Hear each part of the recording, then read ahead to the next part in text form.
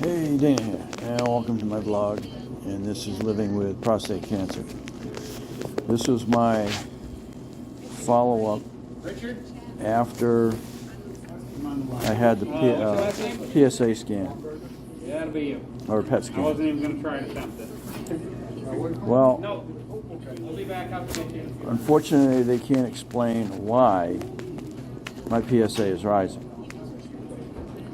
There is no visual evidence that there is cancer because of the fact that the system can only detect to a certain level. So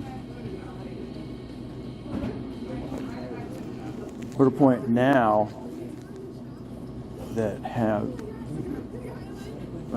now where to be proactive, there's two options. 0085, booth 4. It's controlling. One option is to control your testosterone. Hold on. All right, so right now I'm going to get another blood test for testosterone levels and PSA again. Like I said, I have two options, or they can be used as a combination. Lowering the testosterone to starve them, and then go ahead and use the radiation to kill it. Really? That'll goof it up? Is the maximum that can be done at this point. A month or two, So stay tuned. maybe longer. So the first one was the session with the oncologist, who would be dealing with the testosterone. Now we're going to the radiologist this time, and he's going to be dealing with the radiology part of it, the radiation portion of it. I think that what we talked about last time, I know you probably talked about with Dr. Zittel as well, the PSA is showing that there's some evidence of prostate cancer. That's where we're at, right? And the scan didn't show any large enough area to detect. So that PET scan head to toe didn't show any area. It doesn't invalidate the PSA, but it means that nothing is large enough that can be seen right now. Okay.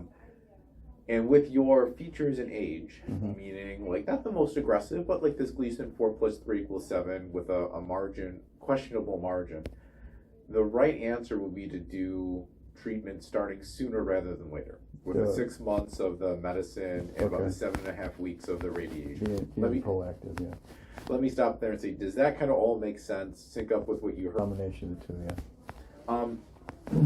And this would be a standard of care time to start.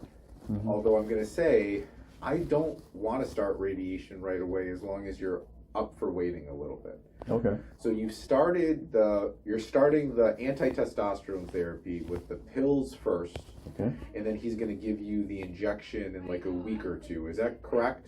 Well, I'm starting the pill, so I'm not sure when the injection is going to be, but yeah. It might be next week or the week after, just depending on the holidays. Okay. And the injections are going to last a total of 6 months. Okay. Is that kind of similar to what you spoke with him about? Right. So those injections turn off testosterone and freeze the prostate cancer in place. Okay. They do not destroy every single last prostate cancer cell. Okay. So we use radiation on top of the medicine to destroy every single last cell. Okay. And where we treat with radiation specifically, we treat where the prostate used to be. Okay, get that cell or that culvert or whatever you want to call it. Yeah. Exactly. That area where they were monkeying around is really kind of occupied now by the bladder and the rectum. Okay. And treat some of the pelvic lymph nodes. Okay. Like basically this region of the body that we've identified that if cells are left over, Okay. they're likely to be left over there. So like we've proven that this is the right place to treat. Okay. And I definitely recommend the radiation. Okay. But the reason why I recommend waiting a little bit is because once we start radiation, any healing that would have been done after surgery will no longer occur. So, when they do surgery, they basically remove the prostate, they cut some nerves, Right. and then it's a process of those nerves regrowing over time. I see. And sometimes those nerves can regrow up to 18 months after surgery, sometimes 12 months. Okay. Radiation in the winter, Okay. we can do radiation anytime in these 6 months. What's going to happen during radiation is urinary and bowel function is going to get a little bit worse during treatment. So Okay. when we treat Monday to Friday for about 7.5 weeks. Each treatment, 10, 15 minutes is not very climactic. You're just kind of sitting there and kind of like a scanner is occurring. And over those 7.5 weeks, though, that radiation dose builds up and causes swelling and inflammation. Okay. And the organs that are there feel it. Okay. The bladder, the rectum, and the bowel. Okay. So urinary control might get a little bit worse during radiation. Okay. You might have some more increased frequency in going, some urgency, some blood in your urine. Those things all don't have to happen, and they're not going to all happen after a single treatment, but they're slowly going to build up over 7.5 weeks. Okay. Bowel movements will also change. They'll become a little bit more frequent, they become a little bit looser, there can be some bloating, there could be some cramping, there probably is going to be some amount of diarrhea. Sometimes there can be some blood with it. Again, it doesn't have to be that dramatic, but something will change in the bowel compartment, again, gradually over those 7.5 weeks. Because right now, my bowel movements are all sometimes I have diarrhea, sometimes it's loose, sometimes it's hard, somehow it's rock hard, and then it just keeps it's not a consistent scenario.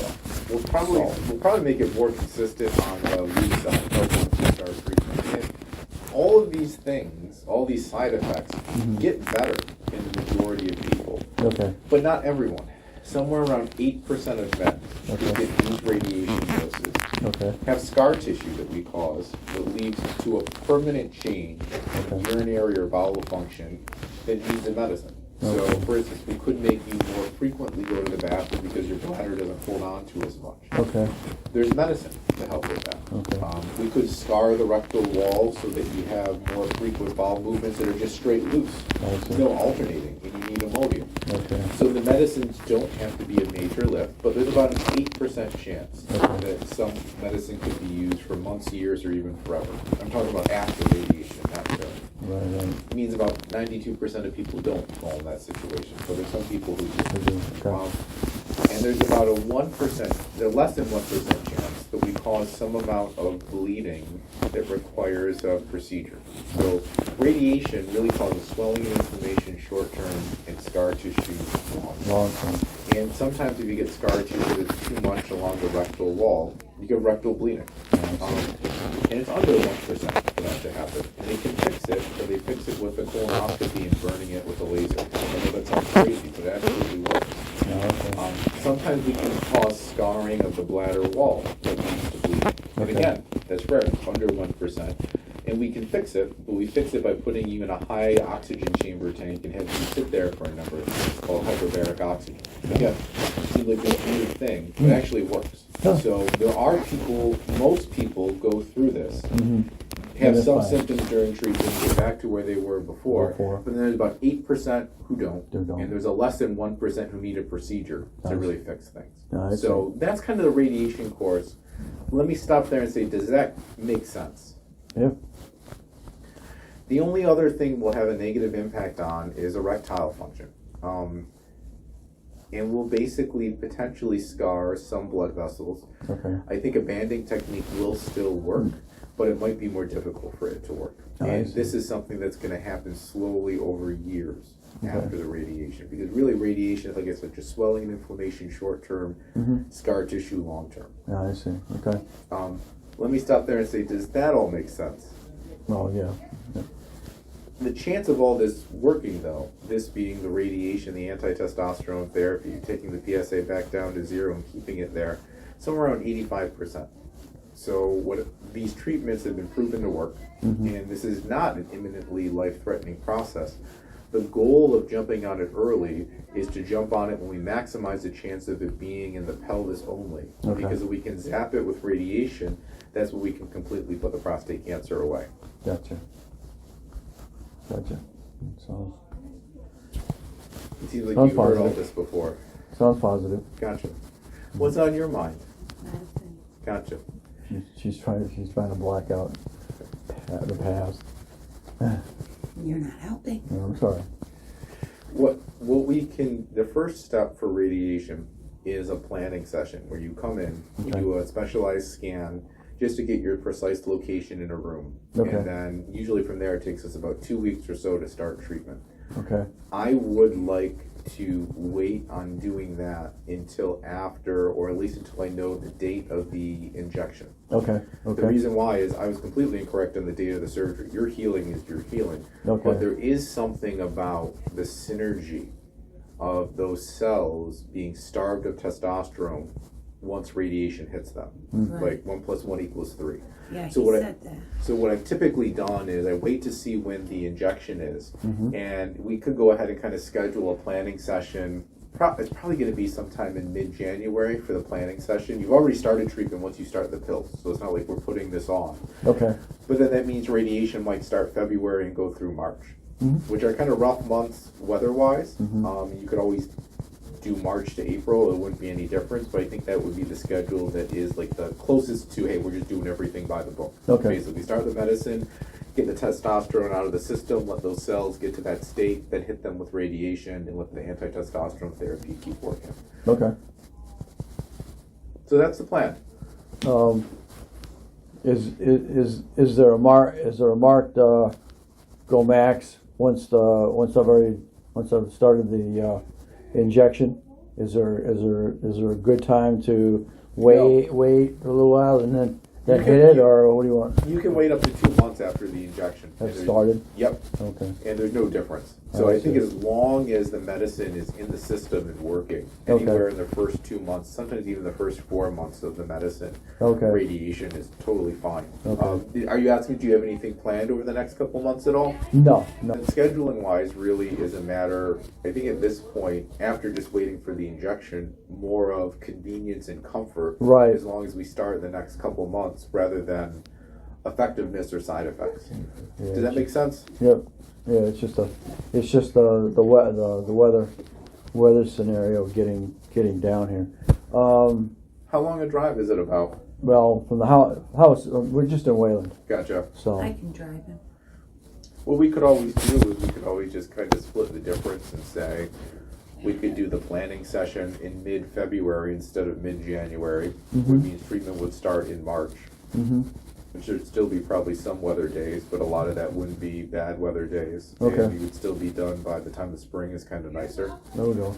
I can still drive him. Yeah. So do we want to set that as a potential schedule? I guess technically the sooner the better.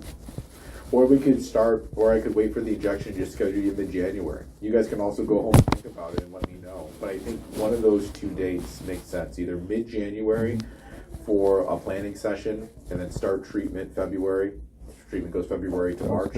Okay. Or start planning session mid-February, start treatment March to April. Really not a big difference, but either of those would definitely work. Okay. Now I have a question. Yeah. The medicine that he started, Yeah. it says that it can cause dizziness, things like that. How likely is that? Because he does drive to go to work, and I Pretty- don't want him to. Pretty unlikely at those doses. So the way this medicine is used, the pill, is just kind of an introduction to the injections. Okay. There are people who, It's pre-setting your system up, so hey, and then once you hit the full dose, you're basically a pre-dose and then a full dose. and that's absolutely correct. I mean, So don't worry when he won't let me take him to work. Don't worry about it. He's fine. no, I think he would be fine because Okay. there are people who aren't strong enough for the injections and get the medicine that you're getting, but they get 3 times the dose. So they get 150 milligrams instead of 50. So the side effects all have to be listed, and really anything can happen, but with the 50 milligram dose, it's usually pretty gentle, truly. And usually the injections are as well, but the injections are the real thing. This is just kind of the preamble. Okay, so it's kind of like the original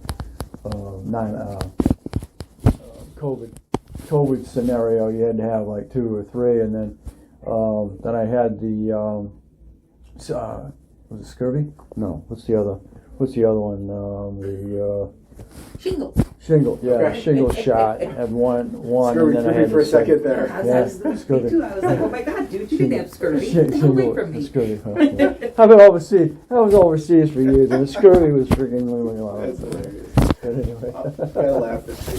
So I haven't had any of the updated shots yet. So how will any of that affect taking this pill here? Radiation gonna knock out his, no?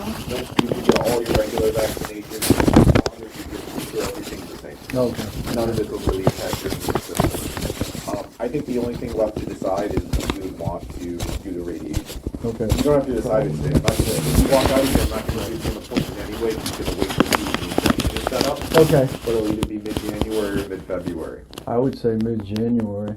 Okay. That's such a fun. And then, okay, so. And then go back to the last visit, obviously, you want to see the PSA come these times of years, but did the right thing, just let it go a little bit, followed it closely, because it can. And this plan is highly likely to work.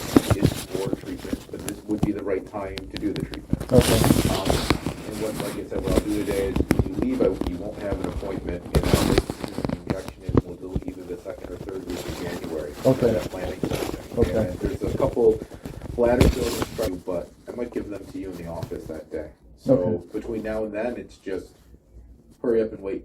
Okay. But we'll get you back on the schedule, and then we'll get everything going. Sounds good. And starting treatment with that pill means treatment started, so nothing is going to change from here on out. Okay. So, how many? Is it just one pill?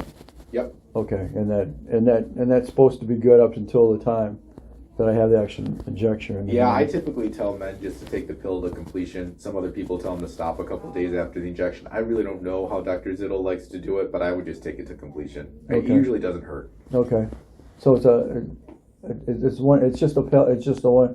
Is it a daily pill or is it Yep. just? Oh, it is a daily pill. Daily, Yep. dude. Oh, Yep. I see. You thought it was one and done? Yeah. Oh, no, you were hoping. They put in for 30 tablets because it might take them a little bit to get the injection scheduled. Oh, So no, I I would see. just keep I see. once a day. After Oh, your okay. full stomach, it's Okay. not just one pill though. Okay, I'll take it on with my Yeah. my multivitamin that I take in the morning and go from there. Yeah. Okay. Okay. Yeah, that's good. We will. What, do you guys have any other questions for me then? No, I guess not. There. A pill. She's just laughing Just- now. I know. You gotta have fun with I it. know. Well, yeah, just a pill, and then what was the other thing you were laughing about? Oh, Hot flashes. Hot flashes. Welcome to my world. Yeah. That will probably happen with the injection. That's It's what I very see. rare that it doesn't happen. Sometimes it's pretty mild, but Yeah. I mean that is one of the things I can say is much more likely than not. Okay. Tiredness and hot flashes are the two things anti-testosterone therapy seem to cause in everyone. Okay. But again, could be mild. Some Okay. people really don't get too bothered by it. So I'm hoping it's not a Depending big on thing. how probably Lady depending on picks how. on me about it, you know. Depending on how active. Yeah, I know. I broke her. I broke her little depression there for a little while. She said, oh. And then she fights me back and. Gotta laugh about Yeah, I things. I know. hope you guys have wonderful. Husband and wife having hot flashes. You know, I was like, when do you hear that? We never hear that on the freaking on the television or any of the streams. We're always talking about the women having hot flashes. See, Who would know? we're bringing everyone closer I together. know exactly, We're huh? best. The male and female closer together with hot flashes. Merry Christmas. Merry Christmas, Joe. Thank you. Bye bye. Merry Christmas. All right, I am now leaving CVS because I'm taking my pre-testosterone medicine. which is supposed to drop my testosterone, to stop feeding the prostate cancer cells.